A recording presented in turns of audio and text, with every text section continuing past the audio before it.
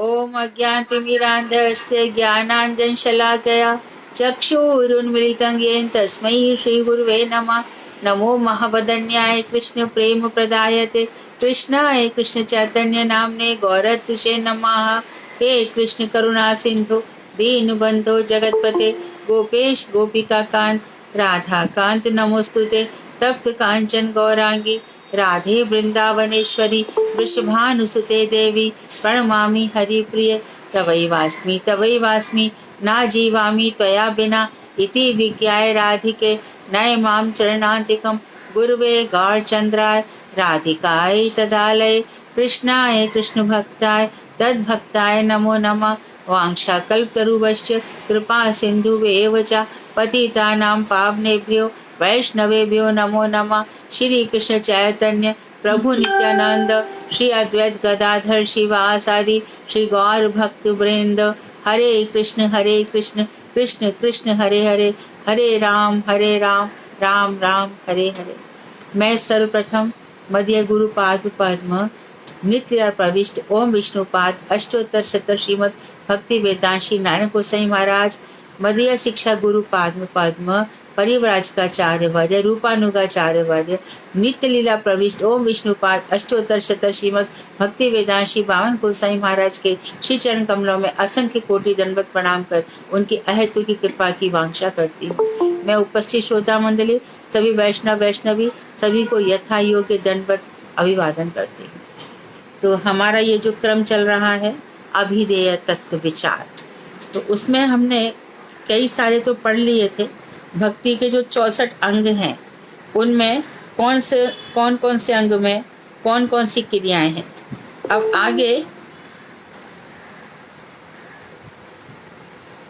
तो उन अभिधेय तत्वों में हमें बहुत सारी बातें बताई गई थी कि कुछ हमें करनी चाहिए और कुछ हमें नहीं करनी चाहिए। अब इसके आगे बता रहे हैं कि 20 प्रकार के अंगों को भक्ति के मंदिर का एक मिनट कहाँ से पढ़ना है मुझे?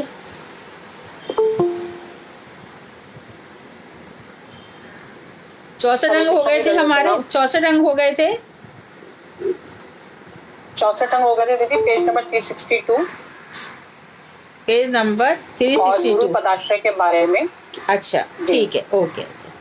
तो विजय कहते हैं प्रभु श्री गुरु पदाश्रय के संबंध में हमें कुछ विस्तार पूर्वक शिक्षा दें। तो 64 अंग जो बताए गए थे क्या हमें करणीय है, क्या पालनीय है और क्या छोड़ने भी हैं। तो साइमल्टेनियसली हम छोड़ेंगे कुछ भी नहीं, पालन करेंगे तो हमें नाम का फल नहीं मिलेगा, भक्ति का फल नहीं मिलेगा। हमें त्याग भी जीवन में बहुत जरूरी है, त्याग बहुत जरूरी है। हम में से अधिकांश लोग भजन करना है ये तो सीख लेते हैं, त्याग नहीं पाते कुछ चीजों को।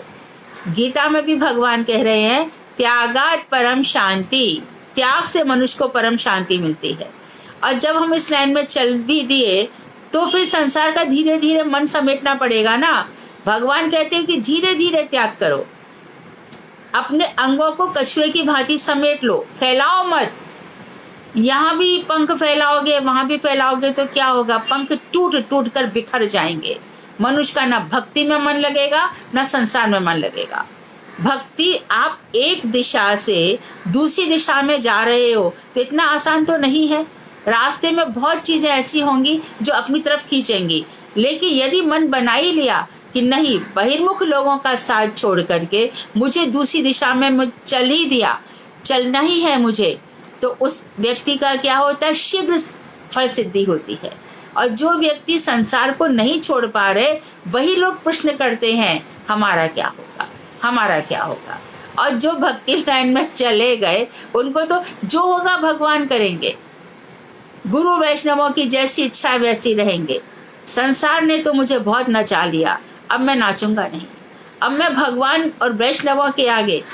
तो गुरु जी के लेक्चर्स में आजकल आप 1.5-2 मिनट की क्लिप्स देखते हैं, गुरु जी क्या कह रहे हैं, सद्गुरु पदाश्रय कर लो, उनके शरणागत हो जाओ और फिर अपना जीवन उनके हाथ में छोड़ दो। दैन्य भाव आ जाए। दैन्य भाव बहुत जरूरी है। ध्यान रहे, यदि श्रीमद महाप्रभु के जो शिक्षाष्टक हैं, चेतोदर्पण मार्जनम वाले, यदि त्रिनादपि सुनिचेन आश्रित ये जो आठों की आठों हैं, ये जीवन में उतरेंगे तो महाप्रभु जी अपनाएंगे, नहीं तो वो चाहे कितना भी बड़ा अपने आप को क्यों ना समझ ले, कुछ नहीं होगा, कुछ भी नहीं होगा। ये आठों चैनलाइज होने चाहिए जीवन में। हम इन आठों के साथ चल रहे हैं कि नहीं चल रहे हैं? तो ध्यान रहे, एक दिशा से दूसरी दिशा में जाना है तो हमें त्याग भी सीखना पड़ेगा। त्याग से परम शांति है। जो चीज नहीं मिल रही, रोना नहीं, छोड़ देना, ये मेरे हित में ही नहीं थी। आम लोगों में भी कहा जाता है, गोधन गज धन बाज धन और रतन धन खान, जब आवे संतोष धन सब धन धूर समान। संतोषी बन के रहे। संतुष्ट सततम योगी यतात्मा दृढ़ निश्चया। भगवान श्री कृष्ण अर्जुन से कह रहे हैं कि जो नित्य निरंतर संतुष्ट रहता है, गुरु जी ने भी लेक्चर्स में कहा, जो रोता धोता रहता है संसारिक कारणों से, उसको भजन का फल भी नहीं मिलता, उसकी भक्ति व्यर्थ चली जाती है। और जो रोता है वो शूद्र कहलाता है। शूद्र वो नहीं है जो झाड़ू लगा रहा है, स्वीपर है, वो शूद्र नहीं है, वो सेवा कर रहा है। भगवान ने उसको सेवाएं दी हैं, ब्राह्मणों की, वैश्यों की और क्षत्रियों की। वो अपना अपना काम कर रहा है, इसमें कोई बात नहीं है। शूद्र वो है जो संसार की छोटी छोटी चीजों के लिए रोता ही रहता है, उन्हीं की पूर्ति के लिए भजन करता है, और नहीं मिलने पर अपने को तिरस्कृत और अनादृत समझता है कि ना गुरु मेरी सुनते हैं, ना भगवान मेरी सुनते हैं। अरे भक्ति करके देखो तो सही, सच्चे दिल से भक्ति करो। कितने ही लोग मुझे फोन करते हैं, अरे दीदी हमारा तो कुछ भी नहीं हो रहा, मेरा तो ऐसा ही नहीं हो रहा, मेरे घर में तो इतना मुझे सताते परेशान। अरे सब घर में यही है, भजन तो करके देखो, आगे तो बढ़ो, सच्चे दिल से भजन करो। भजन जब कर रहे हो तो भगवान का ही नाम लो, भगवान की तरफ ही देखो। प्राकृत संसार का जगत मन में आएगा ही आएगा, उसको बड़े प्यार से भगाते जाओ। बुहारी लगाओ, झाड़ू से बुहारते चले जाओ और एकदम शुद्ध सत्य भाव से भगवान को पुकारो।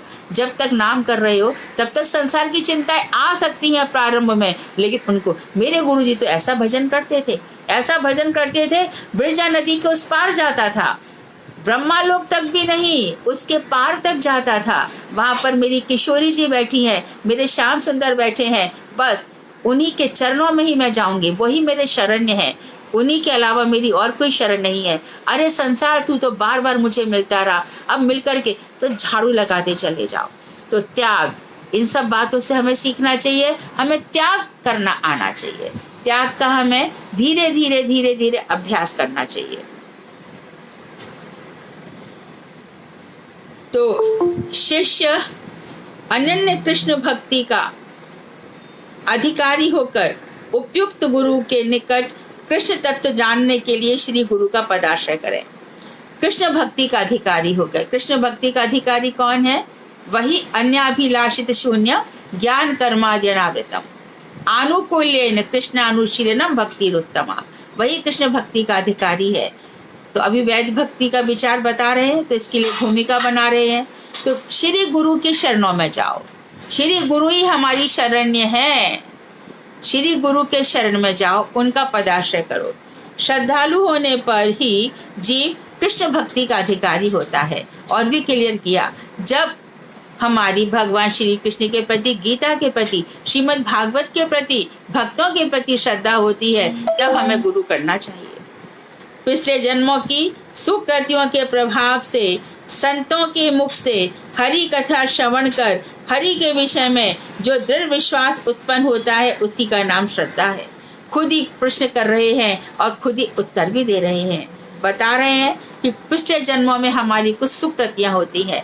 सुकृतिवान 4 प्रकार के लोग हैं, आर्तो जिज्ञासु अर्थार्थी च ज्ञानी, चतुर्विधा भजन्ते माम सुकृतिनोर्जुना। कौन कौन से 4 प्रकार के सुकृतिवान कौन कौन से हैं? आर्तो जिज्ञासु अर्थार्थी ज्ञानी च भरतर्षभ। तो इन चारों में श्रेष्ठ कौन है? अर्जुन पूछ रहे कृष्ण से, जरा बताइए। तो उन्होंने कहा पार्थ, इन सब में श्रेष्ठ वो है जो ज्ञानी है, अर्थात बहुनाम जन्मनान्ते ज्ञानवान प्रपद्यते माम। बहुत जन्मों के बाद कोई ज्ञानी मुझे प्राप्त करता है, ज्ञानी मुझे प्राप्त करता है।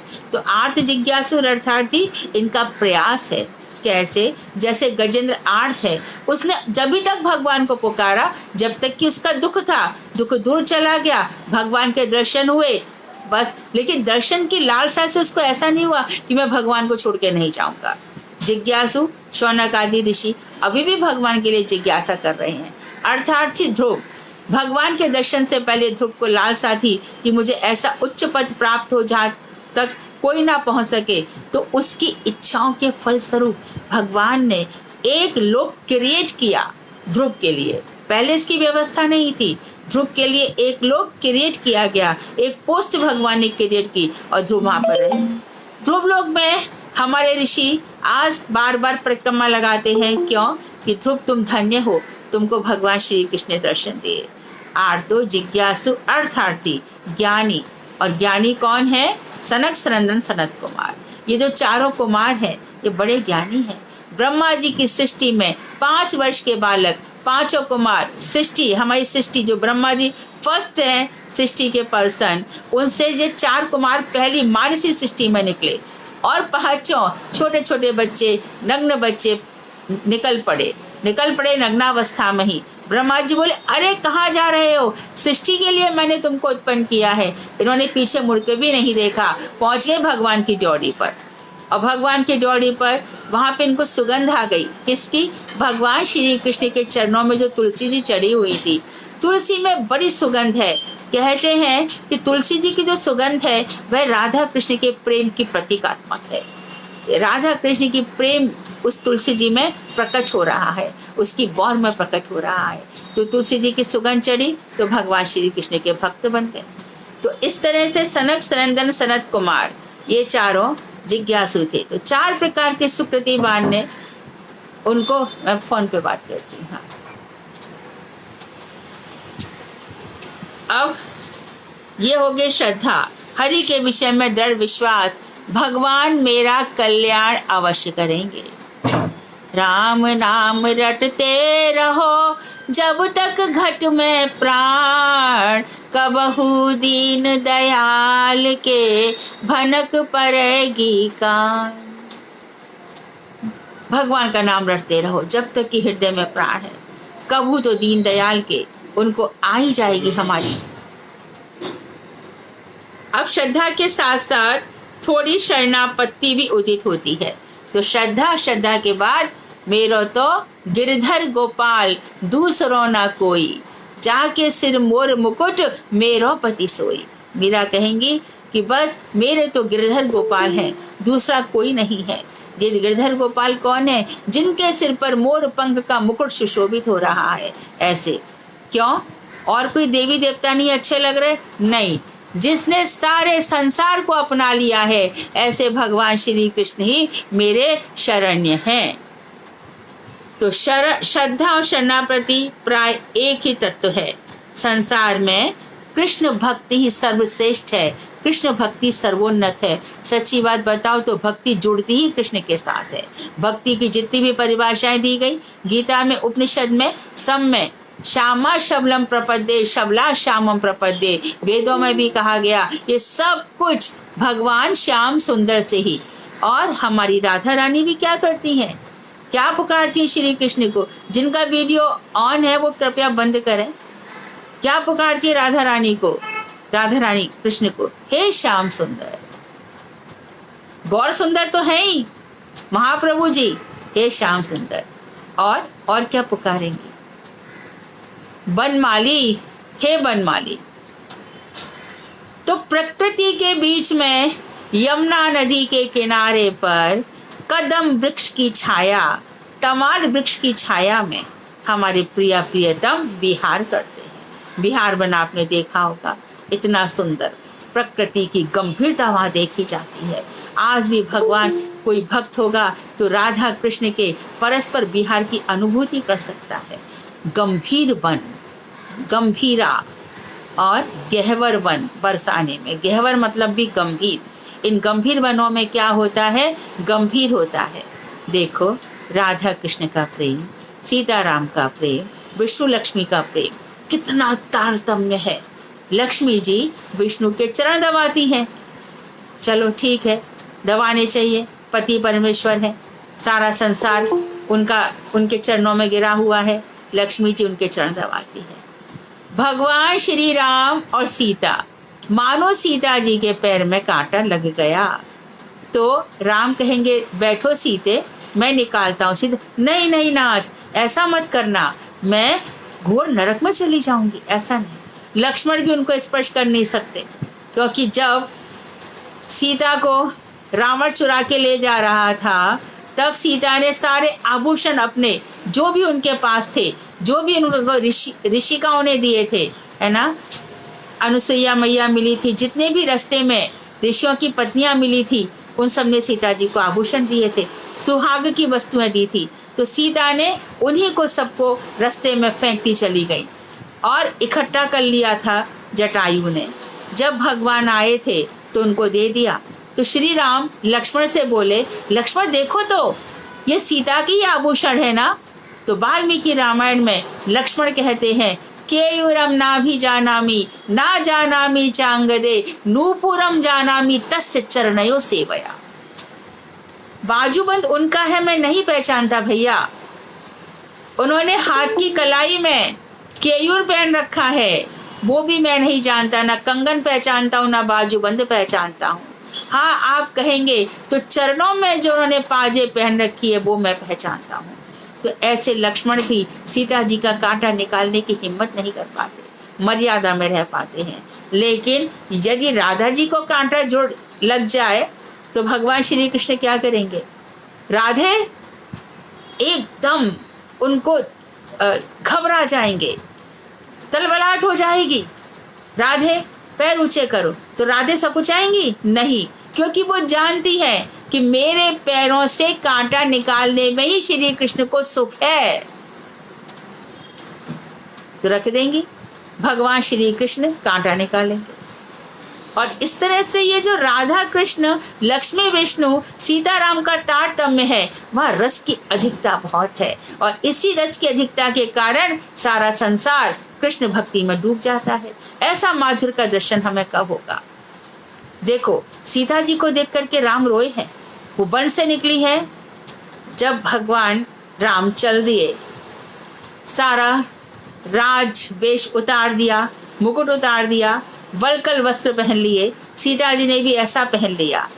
अरे वो लड़की, कन्या, जनक जी की, महाराज की राजकुमारी, कभी उसने धरती पे पैर नहीं रखा था। ससुराल में आई तो क्या उपदेश दिया गया? पर लड़कनी घर ले आई, राखो जाए पलक की नाई। दूसरे की लड़की को घर ले आओ तो जैसे आंख पुतली की रक्षा करती है, इसी प्रकार से जो दूसरे के घर की लड़की आई है, इसकी रक्षा करो। और यहाँ भी थोड़ा रस है। तुलसीदास जी ने कहा है, जब सीता अयोध्या से निकली अवध से, तो जरासी भी चली है।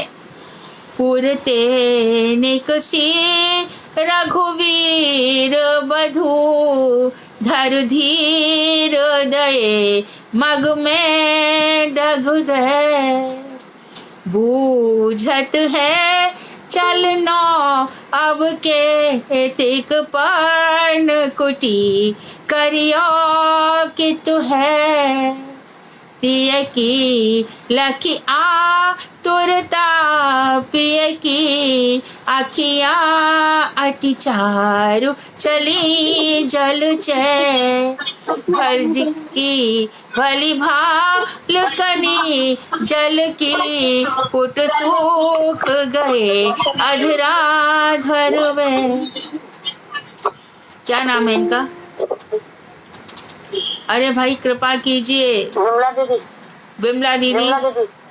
विमला दीदी। विमला दीदी कृपा कीजिए, कथा चलने दीजिए। कुछ आवश्यक कार्य है तो 5 मिनट के लिए वीडियो ऑफ कर दीजिए।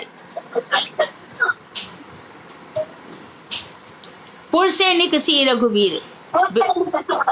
विमला जी आप डिस्टर्ब कर रहे हो, आप थोड़ी देर के लिए वीडियो ऑफ कर दीजिए ना।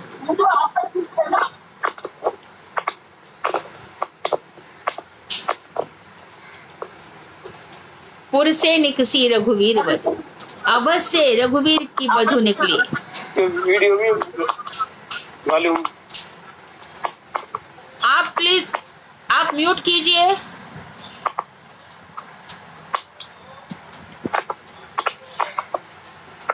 अरे कोई तो इनको बोलो, इनको कुछ सुनाई नहीं पड़ रहा। वॉल्यूम बंद कर दो दीदी। अरे बिमला दीदी आप मुझे नहीं सुन रही, कुछ और सुन रही हैं, आप डिस्टर्ब कर रही हैं।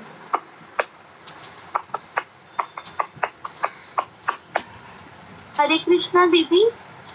हाँ दीदी आप अपने साइड से भी उनको म्यूट कर सकते हो। हाँ, तो ये काम के लिए मुझे राधिका बुलानी पड़ेगी। राधिका जरा इधर आना।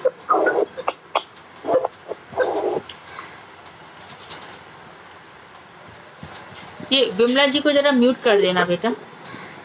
तो पुर से निकसी, पुर अवध, अवधपुर से निकली रघुवीर वधु। बड़े धैर्य के साथ उन्होंने कदम दो बढ़ाए। 2 कदम बढ़ाए भी नहीं थे कि होठ सूख गए, दोनों होठ सूख गए। भाल पर, मस्तक पर पसीने की बूंदें छलछलाई। 2 कदम में जाकर के भगवान श्री राम से पूछने लगी, हे प्रियतम अभी और कितना चलना पड़ेगा? पन कुटिया आप कहां पर बनाने वाले हो? अपनी प्रियतमा की ऐसी व्याकुलता देखकर भगवान श्री राम के भी आंखों में आंसू आ गए। माधुर्य वहां भी है, परंतु इस सीमा तक नहीं पहुंचा जहां पर श्री कृष्ण सर्वहारा आत्महारा हो जाते हैं। अपनी वंशी इत्यादि सब कुछ राधा जी के चरणों में रख देते हैं। इसलिए सबसे अच्छी भक्ति क्या है? कृष्ण भक्ति सर्वोत्तम है। और ध्यान रखें, स्त्री हो या पुरुष हो, गुरुदेव कहते थे, कभी कभी मैं बड़ी दुखी होके कहती थी महाराज जी स्त्री शरीर अच्छा नहीं है, तो गुरुदेव बोलते थे अरे हम तो इसी शरीर के लिए तरसते हैं। मैं कहा आप तो गोपी भाव के लिए तरसते हो, संसार की स्त्रियां तो महाराज जी हट जाते थे। तो गोपी भाव, पुरुष हो या स्त्री हो, गोपी भाव की आराधना करनी होगी, तभी कृष्ण को प्राप्त करोगे।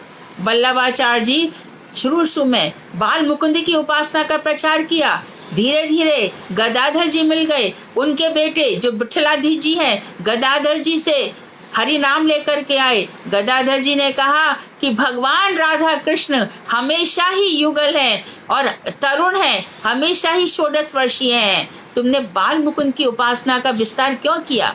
तब वल्लभाचार्य जी एक बार जरूर कह गए कि भाइयों मैं ये कहता हूँ कि घर घर में मूर्ति रखो चाहे मत रखो, लेकिन चित्र जी की पूजा करो, इसमें बंधन बहुत कम है, अपराध भी बहुत कम है, चित्र में मन लगाओ। यह वल्लभाचार्य जी की बात कुछ हद तक ठीक भी थी, क्योंकि बहुत सारी सेवा नहीं हो पाती तो चित्त दुखी होता है। तो गदाधर जी जो राधा रानी है, तो बाद में वल्लभाचार्य जी क्या करने लग गए? जूड़ा बनाने लग गए, हाथों में कंगन पहनने लग गए। तो जूड़ा बनाया, हाथ में कंगन पहना और क्या लिखने लग गए? देखो क्या लिखा है, पहला वाक्य जो बाल मुकुंद की उपासना करने वाला आज क्या कह रहा है? अधुरम मधुरम बदनम मधुरम मधुराधिपतेरखिलम मधुरम। हे श्री कृष्ण आपके होठ बड़े सुंदर हैं, आपका मुख बड़ा सुंदर है, आपका गमन, आपकी चाल बहुत सुंदर है, आपका वसन, आपके वस्त्र बहुत सुंदर हैं, आपकी रेणु बहुत सुंदर है, आपकी यमुना भी बहुत सुंदर है, यमुना की तरंगे भी बहुत सुंदर है। तो पुरुष जाति स्थूल शरीर को ये ना समझे कि हमें भगवान श्री कृष्ण की आराधना करनी है बिना गोपी भाव के। इसलिए राय रामानंद संवाद में महाप्रभु जी कहते गए, ए तो भाई आगे कहे आर, वर्णाश्रम धर्म सख्य रस वात्सल्य रस श्रृंगार रस सबको भाई भाई कहते गए। रोदन मोहन मादन भाव को भी भाई भाई विश्रम्भ गुरु पूर्वक, सब कुछ भाई भाई कहते चले गए। अंत में क्या कहा उन्होंने? मुंह चुप कर दिया। किसका मुख चुप कर दिया? राय रामानंद जी ने, राय रामानंद जी का, महाप्रभु ने। अब बस, यानी कि जो राधा कृष्ण की वियोग की सेवा है, जो दोनों प्रेम विवर्त है, दोनों मिलकर एक हो जाते हैं, ये सब आराधना है। जीव मात्र इसी से आराधना करेगा। राय रामानंद जी ने ये सब बात नहीं बताई होती तो हम लोग इस प्रेम की गहराई को समझ भी नहीं पाते। आगे क्योंकि इसमें रस तत्व भी है, तब बहुत सारी बातें खोली जाएंगी। संसार में कृष्ण भक्ति सर्वोन्नत है। कृष्ण भक्ति के जो अनुकूल होगा उससे अपना कर्तव्य मानकर करूंगा। जो कृष्ण भक्ति मेरी बढ़ाएगी मैं वही करूंगा, बाकी सबको छोड़ दूंगा। ध्यान रहे, त्याग साथ साथ में त्याग करते जाना है। श्री कृष्ण के भक्ति के प्रतिकूल व्यापार का वर्जन त्याग करूंगा। कृष्ण ही एकमात्र मेरे रक्षा करता है। मैं कृष्ण को अपने एकमात्र पालनकर्ता के रूप में वर्ण करता हूँ। अब जो कुछ है वो मुझे पाल रहे हैं, अब जैसे भी मुझे पाले। मैं अत्यंत दीन और अकिंचन हूँ और मेरी कोई स्वतंत्र इच्छा नहीं है। जैसे रखेंगे रह जाऊंगा, मेरी कोई इच्छा नहीं है। क्या किया है भगवान ने? दीन अति दीन बना दिया, निष्किंचन बना दिया। संसार में कहेंगे तो दरिद्र से दरिद्र बना दिया। कभी कुछ कर रहे हैं, कभी भगवान के भक्तों का कुछ होता नहीं है, परंतु कभी कभी भगवान भक्ति के साथ लीला करते हैं, तो उस समय भी भक्ति यही कहेगा, उनकी जो इच्छा है वो और ज्यादा भजन करेगा। कम से कम मेरा ध्यान तो रख रहे हैं। ऐसा दृढ़ विश्वास जिसे हो गया है वे ही अनन्य भक्ति के अधिकारी हैं। ये अधिकार प्राप्त होते ही जीव भक्ति की शिक्षा के लिए व्याकुल होकर कहा जाता है सद्गुरु, जहाँ पर विश्रम्भ गुरु सेवा होती है। बड़े विश्वास के साथ गुरु जी की सेवा होती है कि अब इस संसार में इनके अतिरिक्त मेरा उद्धार करता और कोई नहीं है। उनका पदाश्रय ग्रहण करता है, अर्थात उनका शिष्य होकर भक्ति की शिक्षा ग्रहण करता है। मुंडक उपनिषद में कह रहे हैं, तद विज्ञानार्थम सा गुरु में अभिगच्छेत समित प्राणिम श्रोत्रियम ब्रह्मनिष्ठम। अर्थात उन भगवान वस्तु का ज्ञान प्राप्त करने के लिए हाथ में समिधा लेकर का अर्थ क्या है? रिक्त पाणी ना गुरु ना सेव्यत। कभी भी गुरु वैष्णवों से सीख तो बहुत आए, दिया कुछ नहीं तो क्या होगा? हृदय में कुछ रहेगा नहीं। खाली हाथ गए, खाली वापस आ जाओगे। तो क्या लेकर के जाए? पान, फूल, पत्ता, तुलसी, जो कुछ भी हो। गुरुजी कुछ नहीं चाहते, लेकिन हमारा हाथ खाली ना हो।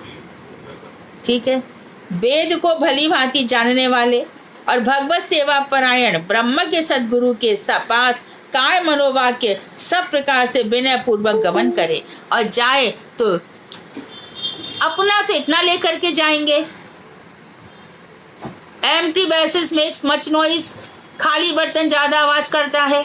अफजल गगरी छलकत जाए, भरी गगरिया चुपके जाए। अरे गुरुजी से सीखने चाहते हो कि इनको सिखाने जाते हो? वहां जाके अपनी विद्वता दिखाते हो। गुरुजी बैठे थे हमारे यहाँ पे, एक व्यक्ति बोला, अरे मैं तो हर बार गिरिराज जी की परिक्रमा करने चाहता हूँ। तो महाराज जी बोले कि किस भाव से जाते हैं? बड़े शांत भाव से महाराज जी बोले, वहां पे आप क्या करने जाते हैं? अरे मैं तो हर साल जाता हूँ, मेरा नियम है। अपनी बात कहते जा रहे, अपनी बात कह रहे कि क्यों जा रहे हो, किस लिए जा रहे हो, कोई कारण तो हो। तो गुरुजी से सीखो। अपना गुरुजी को फर्क नहीं पड़ेगा कि हम क्या कर रहे हैं। गुरुजी कह रहे ना, मैं सबको जानता हूँ। गुरुजी ने एक दफे साफ कह दिया था, सारे भक्त मेरे पेट से निकले हैं, एक एक को पहचानता हूँ।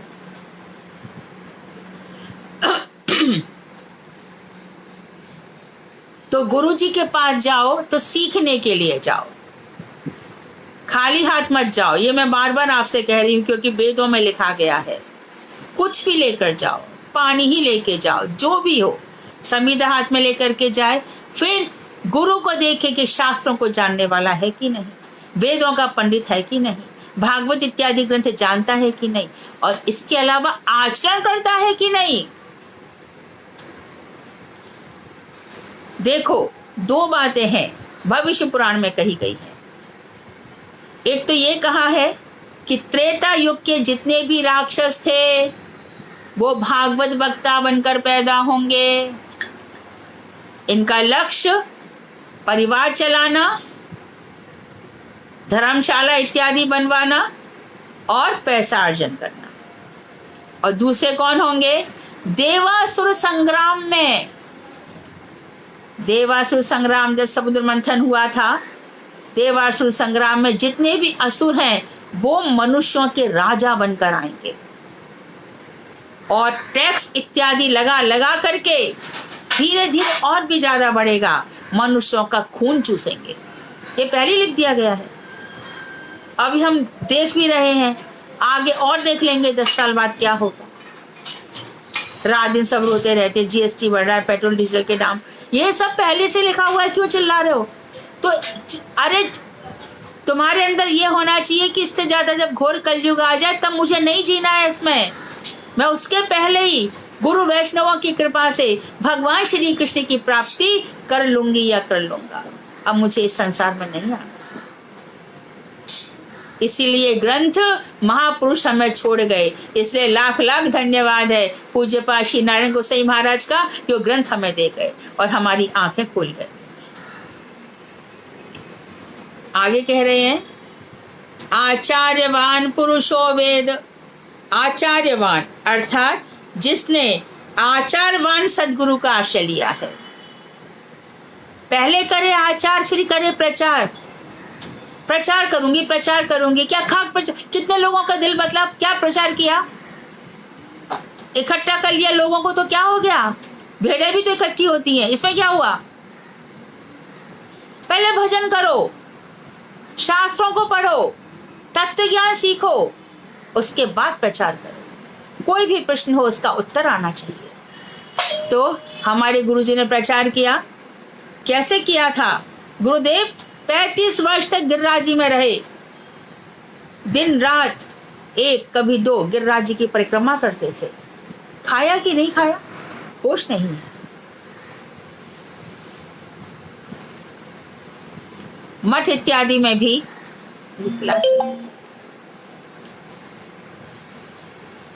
गुरुजी कैसे कैसे प्रबंध करते थे, हमें याद है अच्छी तरीके से। कभी कभी गुरुजी कहते थे, जब अचानक गुरुजी 3 बजे दरवाजा खोलते और देखते कि कौन ब्रह्मचारी क्या कर रहा है, और जब देखते तो गुरुजी को क्रोध आता था, यहाँ पर अजगर बैठा के खिलाने लाया हूं तुम लोगों को, हाथी क्यों नहीं अध्ययन करता, क्यों नहीं भजन करता? आप तो अच्छे हो कि आपके गुरुजी अभी इतना कहते नहीं है, बेचारे प्यार से समझा देते हैं। ये लोग जो इतने पावरफुल बने हैं ना, तुम लोग जितने भी गुरुजी हैं, देखो कितने कठिन थे गुरुजी इनके साथ, कितने कठोर थे। तो आचारवान, पहले करो आचार फिर करो प्रचार। आचारवान बनो, सदाचारी बनो, भक्त बनो। हरि भक्ति विलास में सदगुरु और सत शिष्य के लक्षण विस्तार पूर्वक दिए गए हैं। इसका सारार्थ यह है कि शुद्ध चरित्र से युक्त श्रद्धावान पुरुष ही शिष्य होने के योग्य है। और देखो, गुरु तो मिल भी जाएंगे, सत शिष्य मिलना बहुत मुश्किल है। जो गुरु जी की सच्चे हृदय से सेवा करे। कितने ही आते हैं शिष्य, वहां पर आकर के क्या करते हैं, हमें यहाँ रहने को मिल जाए, खाने को मिल जाए, हमारा समय कट जाए, और फिर जहाँ पे पूर्ति हुई चले गए। तो गुरु भी ऐसे लोगों को वंचित करते, ठग लेते हैं। जिस इच्छा से आए उसी को दे जाते हैं, लेकिन जो परम तत्व है उसको नहीं देते। राधिका यहाँ घड़ी रखना बेटा। तो पुरुष शिष्य होने के योग्य है और शुद्ध भक्ति से संपन्न, भक्ति तत्वविद, चरित्रवान, सरल, निर्लोभ, मायावाद शून्य, कार्यदक्ष पुरुष ही सदगुरु है। सनातन गोस्वामी कह रहे हैं कि शुद्ध भक्ति से संपन्न हो गुरु, फर्स्ट पॉइंट। सेकंड पॉइंट, भक्ति तत्व को जानने वाले हो। तीसरा पॉइंट है चरित्रवान हो। चौथा है सरल, सरल हो, निष्कपट हो। पांचवा है निर्लोभ, किसी प्रकार का लोभ ना हो, मायावाद से रहित हो और कार्य में दक्ष हो। ऐसे पुरुष को सदगुरु कहते हैं। इस प्रकार के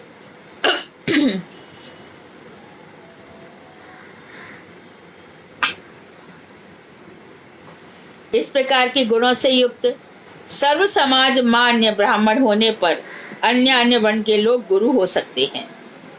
तो इतना भी गुरु हो तो सारा समाज उनको मानता है। आपको बता दूं, वृंदावन में घर घर में भागवत बकता है, घर घर में, चाहे उसका नाम ना हुआ हो, सब कृष्ण को जानते हैं। मथुरा में जब कंस मारा गया था, अक्षय नवमी के दूसरे दिन चतुर्वेदी बड़े बड़े अपने लठ तैयार कर लेते हैं, उसमें अच्छे से तेल वेल लगाते हैं। उनसे पूछो, भैया काका वैसा क्यों कर रहे हो? अरे कंस को मारने जा रहे हैं। कि कंस को तो कृष्ण ने मार दिया, लेकिन हर साल उसकी एनिवर्सरी होती है, तो ले अपने सखा के लिए जोर देवे जा रहे हैं, अपने सखा को जोर देने जा रहे हैं। तो ऐसे मथुरा वृंदावन में घर घर में संत हैं। वहां पर यदि कोई संत के आगे सिर झुका देता है तो बहुत बड़ी बात है, क्योंकि मैं भी संत, तू भी संत, तू काहे का, मैं कोई कम हूं क्या तेरे से? वहां पर ऐसी भावना है। ऐसे पूरे ब्रज ने पूज्य पाशी नारायण गोसाई महाराज को युगाचार्य चुना था। सारे समाज के द्वारा मान्य हो, सभी लोग उसको माने। ऐसा नहीं कि खाली एक वर्ग जो उनके चेले चपाटे वही, ऐसा नहीं, सभी लोग।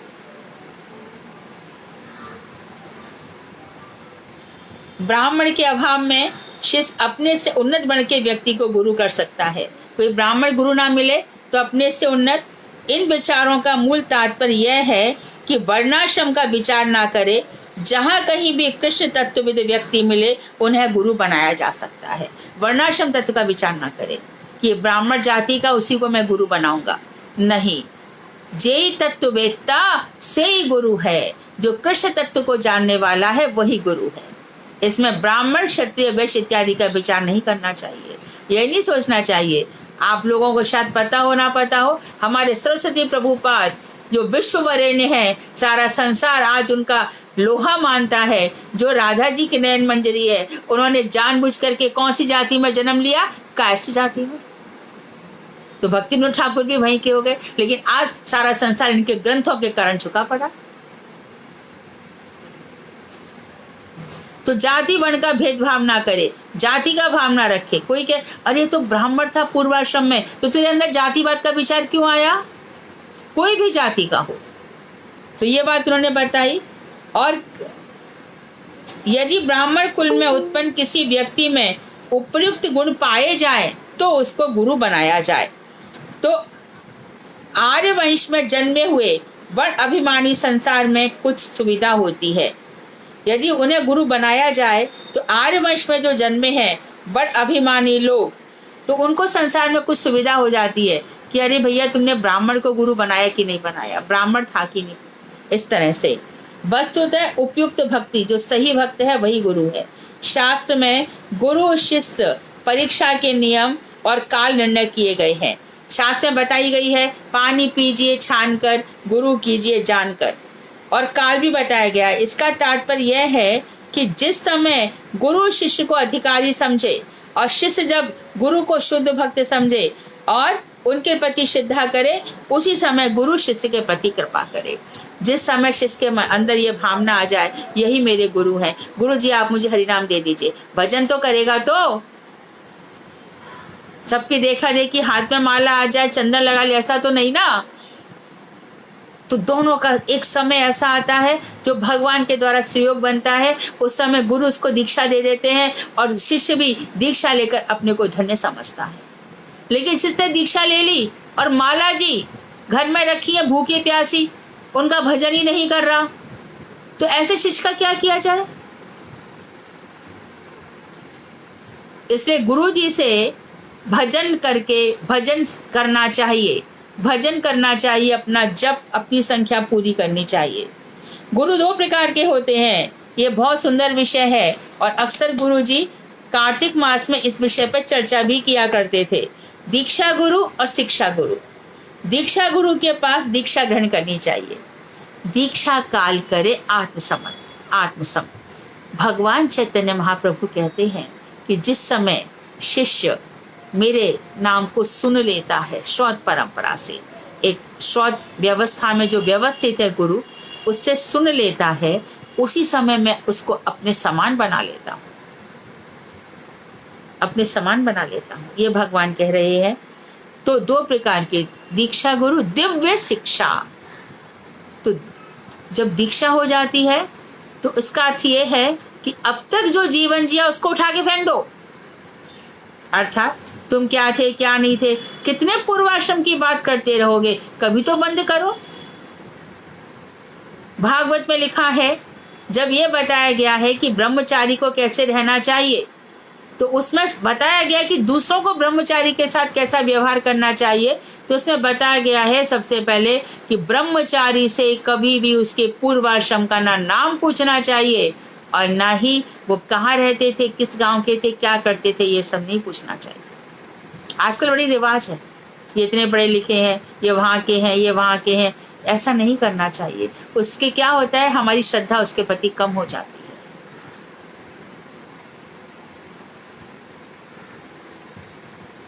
ब्रह्मचारी को अपने पुत्र के समान समझे और सोचे कि इसके ब्रह्मचर्य की मैं कैसे रक्षा करूं, उससे कोई ऐसी बात ना करे जिससे उस बेचारे के ब्रह्मचर्य में रुकावट आ जाए। वो सोचने लग जाए, ऐसा ही भाव रखो। ब्रह्मचारी के पास जाओ तो भगवान की बातें पूछो, तत्व ज्ञान की बातें पूछो, ये सब मत पूछो प्रभु जी आप पहले घर में क्या खाते थे, आपको कुछ याद तो आ रही होगी, आपको वही बना लाऊं। खबरदार ऐसा कभी मत करना। आपने ऊंचे लोकों में जाने वाले व्यक्ति को पूर्वाश्रम की याद दिलाकर उसके भजन को चौपट करने का प्रयास किया है, ऐसा कभी मत करना। आपको कौन सा इत्र अच्छा लगता है, कौन सा तेल अच्छा लगता है, शास्त्रों में लिखा है ऐसा, इसलिए मैं कह रही हूँ। मैं ले आऊं वो कभी नहीं। भागवत पढ़ लेना उठा करके, पंचम स्कंद में यहाँ पे उपदेश दिए गए हैं। मैं ये सब ले नहीं, ऐसी बातें कभी मत करना। कभी भूल कर भी आशीर्वाद की मुद्रा में भी स्त्रियां ब्रह्मचारियों को ऐसा पुरुष वर्ग दे सकते हैं, चलो कभी ठीक है, बहुत अच्छे भाव है, तो ना छुएं, डोंट टच देम। दीक्षा गुरु और शिक्षा गुरु, दीक्षा गुरु के निकट दीक्षा ग्रहण करनी चाहिए, साथ ही साथ अर्चन के संबंध में शिक्षा भी लेनी चाहिए कि मैं अपने घर में अपने भगवान की पूजा कैसे करूं। और ये बता रहे हैं कि दीक्षा गुरु एक होते हैं और शिक्षा गुरु अनेक हो सकते हैं। दीक्षा गुरु भी शिक्षा गुरु के रूप में शिक्षा देने में समर्थ है। अब दीक्षा गुरु तो एक ही होते हैं। कभी कभी अभी कोरोना समय आ गया, दीक्षा गुरु हमें नहीं मिल रहे हैं या महाराज जी विदेश चले गए, नहीं मिल रहे हैं, तो ऐसे समय में शिक्षा ली जा सकती है। तो शिक्षा गुरु जो हमसे पूर्व आश्रम में आ गए हैं, हमसे सीनियर डिवोटीज हैं, हम उनसे पूछ सकते हैं। आप वृंदावन जाएंगे, वहाँ पर बहुत सारे हमारे प्रभु जी हैं, उनसे पूछो, परमेश्वरी प्रभु हैं और कौन कौन है वहाँ पर, पूछो कैसे करें, कैसे करें, कैसे विधान है। जब आपके गुरुजी नहीं होंगे, गुरुजी होंगे तो उनसे पूछना ही पड़ेगा। और भी जो सीनियर डिवोटीज है उनसे पूछो यदि उनके पास समय नहीं है। तो शिक्षा गुरु अनेक हो सकते हैं, दीक्षा एक ही से ली जाती है। तो विजय कुमार कह रहे हैं दीक्षा गुरु अपरित्यज्य हैं, अर्थात गुरु का त्याग कभी नहीं करना चाहिए। तो दीक्षा तो हमने पहले एक जने से ली थी, अब क्या करें?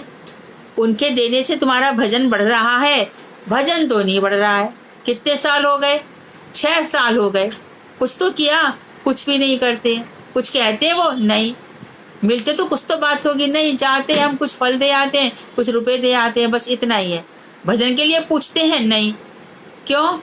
अरे वो तो हमसे बोले कि चलो चाय वाय पियेंगे, हमारे संग होटल में बैठ के चाय भी पीते हमारे गुरुजी। अरे बाप रे, सर्वनाश। ऐसा होता है ना, क्या किया जाए, क्या किया जाए? तो ऐसे समय में बिल्कुल अनुमति है शास्त्रों की, ऐसे दीक्षा गुरु को तुरंत अपने जीवन से निकाल देना चाहिए। मैं भारतीय विद्याभवन में पढ़ाती थी, वहां एक महिला थी, उसने मुझे यही बताया कि मैं गोवर्धन जाती हूँ तो हमारे साथ बैठ करके वो चाय इत्यादि पीते हैं। ये कैसे गुरु? खुद ही जब आचार नहीं है तो वो क्या क्या किसी को सिखाएगा? तो ऐसे गुरु का त्याग करके नए गुरुकरण की व्यवस्था शास्त्रों में बतलाई गई है। जिस गुरु के हरि नाम देने से भजन नहीं बढ़ रहा है, उस गुरु का त्याग करके प्रोमिनेंट गुरु से दीक्षा ले लो। तो बाबा जी कह रहे हैं गुरु वरण करने के समय गुरु को शब्दोक्त तत्व अर्थात वेद में कथित तत्व में और पर तत्व में पारंगत देखने के लिए परीक्षा ली जाती है। जब आप गुरु कर लो तो देखो इन गुरु जी को वेद इत्यादि का ज्ञान है कि नहीं है, और पर तत्व भगवान श्री कृष्ण के संबंध में ये कितने पारंगत हैं। वैसे गुरु सब प्रकार से तत्व उपदेश करने में अवश्य समर्थ होंगे।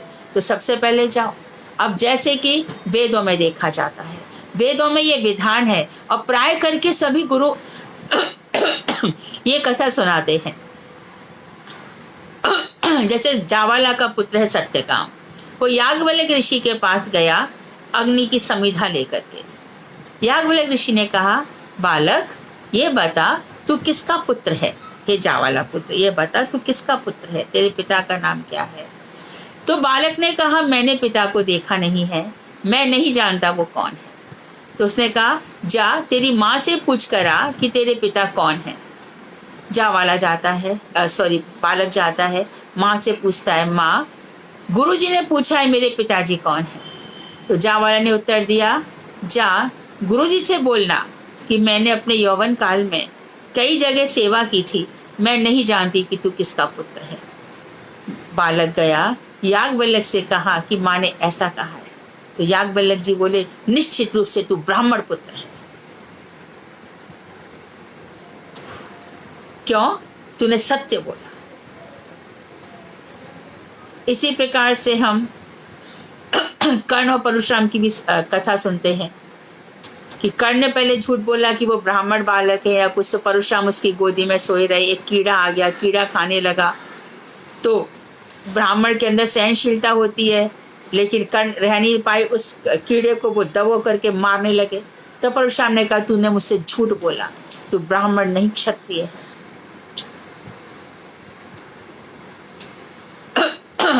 तो इस प्रकार से आचार प्रचार गुरु का और शिष्य का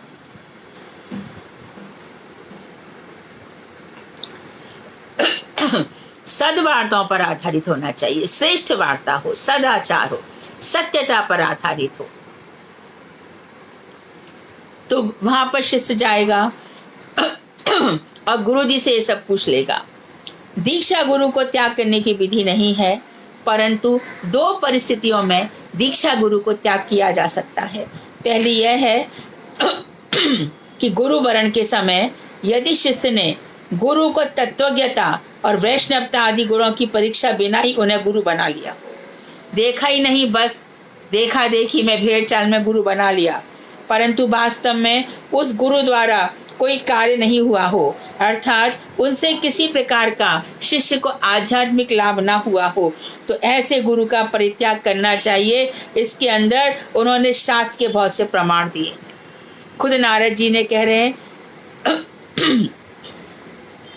यो व्यक्ति न्याय रहितम अन्यायेन शृणोति यः तावुभौ नरकम घोरम ब्रजतः कालम क्षयम।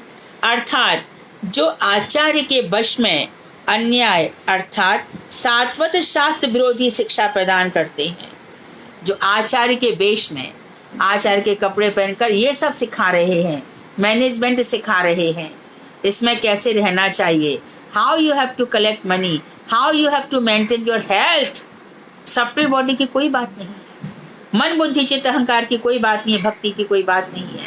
आज जिस भी गुरु का कुछ भी देख लो सुन लो, उन्होंने हमें बताई, और शिक्षा देते देते उनकी तो दुकान भी खुल गई भैया, वहां पे घी भी बिकने लग गया, दवाई भी बिकने लग गई, बड़ा भारी बिजनेस हो गया। चमत्कार देखने जा रहे हैं, क्या चमत्कार है, भक्तों को ये सब नहीं होता, यहाँ तो साधना होती है भाई।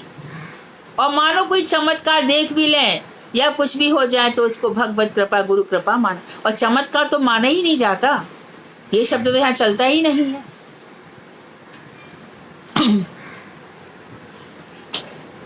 तो आचार्य के वेश में जो सात्विक शास्त्र विरोधी शिक्षाएं दे रहे हैं और जो शिष्य रूप में अन्याय रूप से उसको सुन भी रहे हैं, ये दोनों ही अंत काल में घोर नरक में जाते हैं। यथा गुरु तथा चेला दोनों नरक में ठेलम ठेला। आगे भी बता रहे हैं महाभारत में, गुरोरप्यलिप्तस्य कार्याकार्यं जानताः उत्पथ प्रतिपन्नस्य परित्यागो विधीयते। अर्थात शिष्य को क्या करना चाहिए अथवा क्या नहीं करना चाहिए, इसे जो गुरु नहीं जानते हैं एवं कुसंग के प्रभाव से अथवा वैष्णवों के विरोध के फलस्वरूप उन्मार्गगामी अर्थात कुपथगामी पाए जाने पर ऐसे गुरु को त्याग कर देना चाहिए। जाएंगे वहां पे हम जाते राधा कुंड, वहां पे बहुत ब्राह्मण बैठे रहते, अरे भैया हमको देखते बोलेंगे गौड़िए आ गए, अरे ये तो अपने लोगों के अलावा किसी और को कुछ नहीं देते, और बस गुरुओं की निंदा करने लग जाते। तो भैया तेरे को धन नहीं मिल रहा तो तुझे निंदा करने का अधिकार क्या है? प्यार से ले लेना। भक्त लोग तो जाएंगे गिरिराज जी के चरणों में कुछ तो चढ़ाएंगे ही। तो ऐसे बहुत से लोग मिल जाएंगे, अरे ये गौड़ियां हैं गौड़ियां हैं गौड़ियां हैं, अब विरोध करने लग जाएंगे। तो ऐसा जो विरोधी है ऐसे को शिक्षा नहीं लेनी चाहिए, उसका त्याग कर दे। ऐसे बहुत लोग हैं फिर भी उनको गुरु बनाए हुए हैं। इस श्रेणी में सब आ जाएंगे जिनके भी नाम आप लोग जानते हैं, कथा में क्या कहें सबको आप जानते हैं। ये सब भक्ति सिद्धांत के विरोधी हैं, इनको वैष्णव लोग अच्छे नहीं लगते। कितने ही ऐसे लोग हैं, मेरे को एक एक कितने सारे नाम याद आ रहे हैं। और कहा गया अवैष्णवोपदिष्टेन मैत्रेण निरयं व्रजेत् पुनश्च विधिना सम्यक् ग्राह्येत् वैष्णवात् गुरो। अर्थात स्त्री संगी जो स्त्रियों का साथ करता है गुरु बनकर भी और कृष्ण भक्ति रहित है, ऐसे अवैष्णव गुरु से मंत्र ग्रहण करने से होता है। अतएव शास्त्रीय विधियों से पुनः वैष्णव गुरु के निकट मंत्र ग्रहण करने चाहिए। तो अवैष्णव गुरु जी से यदि कर लिया तो फिर शास्त्र समझ में आ गए, गीता भागवत समझ में आ गए, तो वैष्णव गुरु के पास जाकर के हमें हरि नाम फिर से लेना चाहिए और पुरानी सब बातों को भुला देना चाहिए। दूसरी स्थिति यह है कि गुरु वरण करने के समय गुरुदेव वैष्णव हों और तत्वज्ञ थे, परंतु क्या हो गया, ध्यान दो, असत्य संग के प्रभाव से बाद में वो मायावादी हो गए और वैष्णव विद्वेषी हो गए। अच्छे खासे थे लेकिन अब गुरुजी वैसे नहीं हुए। ऐसी दशा में गुरु का त्याग करना ही कर्तव्य है। त्याग दो ऐसे गुरु। यदि वरण किए गए गुरुदेव मायावादी वैष्णव द्वेषी पाप में लगे हुए हैं तो और अल्पज्ञ ज्ञान है, बहुत कम जानते हैं, उनका त्याग करना उचित नहीं। ऐसी अवस्था में उन्हें गुरु का सम्मान प्रदान करते हुए उनसे आज्ञा लेकर किसी दूसरे तत्वज्ञ और वैष्णव पुरुष की सेवा करते हुए उनसे तत्व की शिक्षा ग्रहण करें। यदि गुरुदेव वरण कर लिए है अथवा तो वरण तो कर लिया है लेकिन वो मायावादी भी नहीं है, वैष्णवों का द्वेष भी नहीं करता, पाप में भी नहीं लगा हुआ है, लेकिन ज्ञान बहुत कम है, जानता ज्यादा नहीं है, तो उसको मत त्यागो, उससे परमिशन ले लो और दूसरे जो ज्यादा जानकार हैं उनके पास जाकर सीख लो। तो अब विजय अगला प्रश्न करेंगे, तब हम उसको कल डिस्कस करेंगे। वांछा कल्पतरुवश्य कृपा सिंधुभ्येव च पतितानां पावनेभ्यो वैष्णवेभ्यो नमः।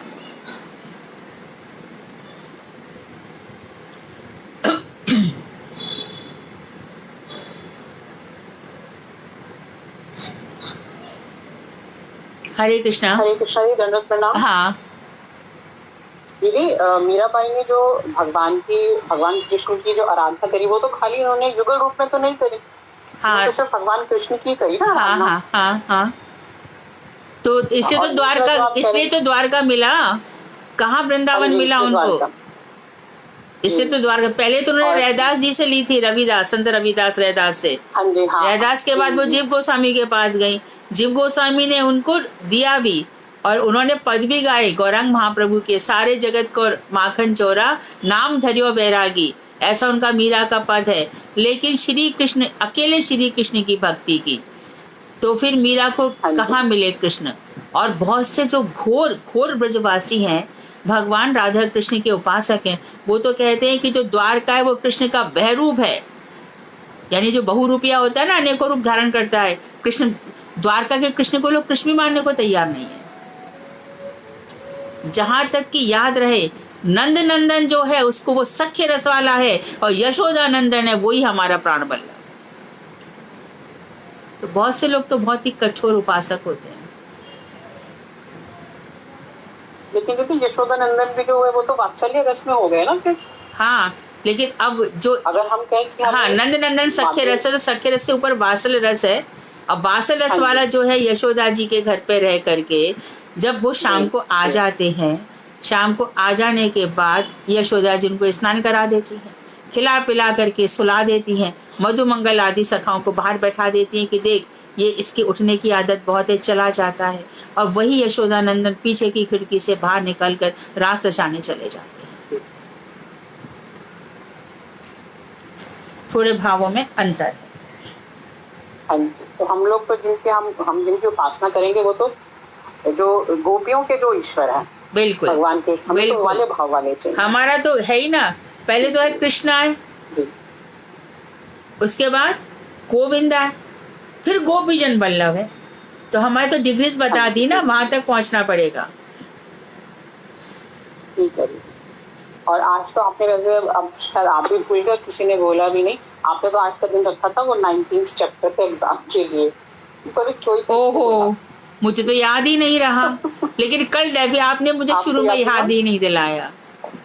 कल डेफिनेटली, अब मैं कल तो नहीं भूलूंगी, कल तो नहीं भूलूंगी। मैं तो, मेरे को याद था लेकिन मैं चुप बैठी गई, मैं इसलिए चुप नहीं, मैंने कहा शायद कोई भूल देगा। पर नहीं सुधा जी, आपको बताना चाहिए था। सब लोग तैयार करके आए और सब मूड में थे, किसी ने भी नहीं बोला मुझे ऐसा मत करो। तैयार किया होगा। नहीं, मुझे भी हरे कृष्णा दीदी मुझे याद था, लेकिन मेरा ना नेट नहीं चल रहा था, मेरे को बाद में फिर मेरा ज्वाइन हुआ क्लास। लेकिन कल मैं लेने वाली हूँ। मेरे को तो शुरू से याद, ठीक है, मुझे तो शुरू से याद था, पर मैं इंतजार कर रही थी कि शायद कोई बोलेगा। नहीं, आप बोल देती तो अच्छा था, मैं पूछ लेती सबसे। खैर कोई बात नहीं, कल के लिए खाने पे we can improve our mistake, कल ले सकते हैं। हरे कृष्णा दीदी। हाँ दीदी, ब्रजेंद्र नंदन श्री कृष्ण और द्वारकाधीश में थोड़ा सा डिफरेंस एनलार्ज करके बताइए प्लीज। कौन सा था डिफरेंस, किस किस में बताऊं?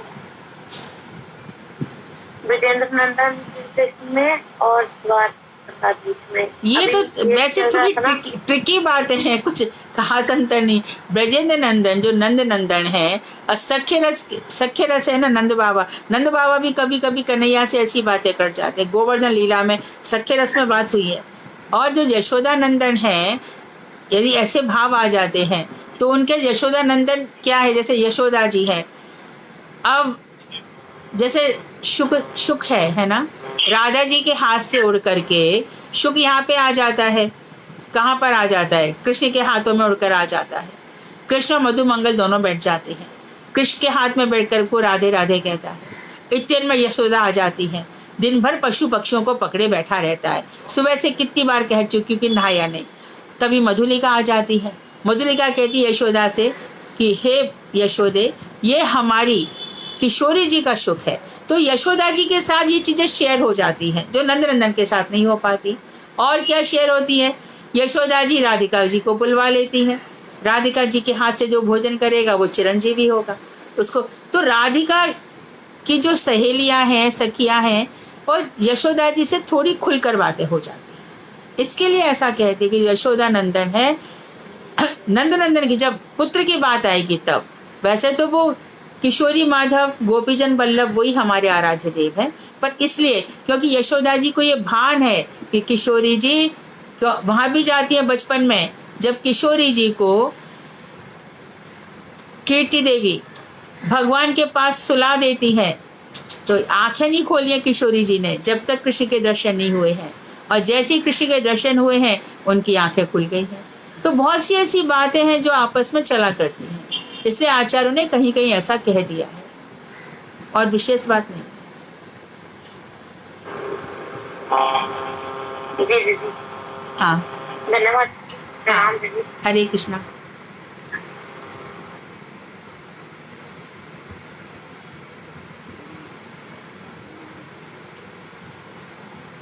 कुछ और? हरे कृष्णा दीदी, दंडवत प्रणाम। हाँ दीदी, जो क्लास आप पीछे उन्होंने रिपीट करके हमें भेज दी थी रिकॉर्डिंग, वो दोबारा नहीं भेज सकते हैं क्या? कौन सी? ये जो भी आप क्लास करते हो उसकी रिकॉर्डिंग यूट्यूब में आ जाती थी, जैसे हम दोबारा सुन लेते थे जहाँ भी मिस करते थे। हाँ हाँ 140, 114, 115 उनकी रिकॉर्डिंग हमें मिल गई है पहले। हाँ हाँ लेकिन बाकी किसी क्लास की नहीं मिली, क्या वो नहीं मिल सकती है? वो उसमें है ना फेसबुक में, डॉक्टर अच्छा, मधु Facebook में। डॉक्टर मधु खंडेलवाल भागवताचार्य पेज है। ठीक हाँ है दीदी, उसमें मिल जाएगी। ठीक है। हाँ हाँ ठीक है, थैंक यू। हरे कृष्ण। हरे कृष्णा, हरे कृष्णा। योगेश जी, आपका हनुमान चालीसा का क्या चल रहा है? ऐसा छोड़ दी पड़ गई। हाँ आपने किया, छोड़ दिया मैंने। जय हो जय हो। कृष्ण के चरण पकड़ लो और मंत्र जपो। आपकी आज्ञा का पालन करना, दीदी आपकी आज्ञा का पालन करना ही है। हाँ, क्योंकि मंत्र में दो देवता नहीं चलते ना, मंत्र में एक इष्ट होता है। हमारे तो राधा कृष्ण इष्ट हैं।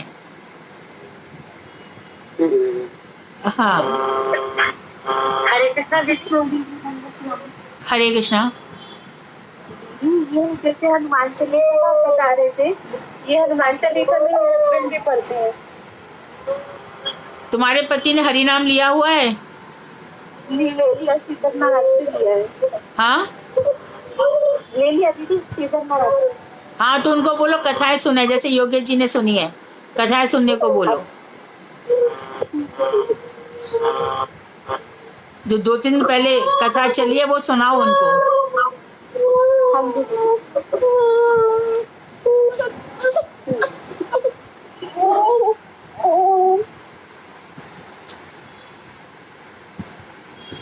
ठीक है, तो कल हम 15-20 मिनट 19वें तत्व पे विचार करेंगे। हरे कृष्णा। आवाज नहीं आ रही, किसी और को आवाज आ रही है? आपकी आवाज क्लियर आ रही है दीदी सबको, आप बोलिए। नहीं, कोई और बोल रहा था ना। नहीं, वो योगेश जी ने अपना स्पीकर ऑन किया था, वो शायद कुछ बोलना चाह रहे थे पर अब उन्होंने म्यूट कर दिया। अच्छा, कोई बात नहीं। हाँ हरे कृष्णा दीदी, दंडवत प्रणाम। हाँ दीदी, हम जैसे अभी आप बता रहे थे तारतम्य से कि कैसे यशोदा नंदन और नंद नंदन के बारे में, तो मैंने कथा में जब भी सुना है कि हमारे आराध्य हैं ब्रजेंद्र नंदन श्याम सुंदर। राइट। हाँ, तो ब्रजेंद्र भी नंद नंदन ही हो गए। वही, ये मैंने माइनरली बात कही है, मैं कोई सिद्धांत नहीं बताया है, मैं तो रस की दृष्टि से ही थोड़ा बोल दिया। अच्छा। सख्य रस में भी उनका अधिकार है। हाँ अच्छा दीदी, जो हाँ। एक और पूछना था दीदी कि ये जो 19वां अध्याय है, इसमें जहाँ पर ब्रजनाथ जी ने प्रश्न किया है नाम और मंत्र में क्या भेद है, वहाँ पर एक लाइन आई है कि श्री कृष्ण मंत्र में सिद्ध साध्य सुसिद्ध अरि विचार की आवश्यकता नहीं होती है ना। मैंने ये 4 दोष की बात बताई थी कि हरि भक्ति विलास में है, उसमें देखिए, मुझे इसके विषय में ज्यादा जानकारी नहीं है। अच्छा, ठीक है दीदी, ठीक है। वो मैंने कथा भी दोबारा से सुनी थी, तो मैं यही समझ नहीं आ रहा। मैं समय होगा तो मैं हरि भक्ति विलास निकाल करके उसको देख लूंगी, बता दूंगी। मुझे थोड़ा, क्योंकि आज मेरे को रात को मेरी गीता क्लास भी रहती है। अच्छा, ठीक है दीदी, हाँ, ठीक है, तो थोड़ा समय मिल नहीं रहा है। हाँ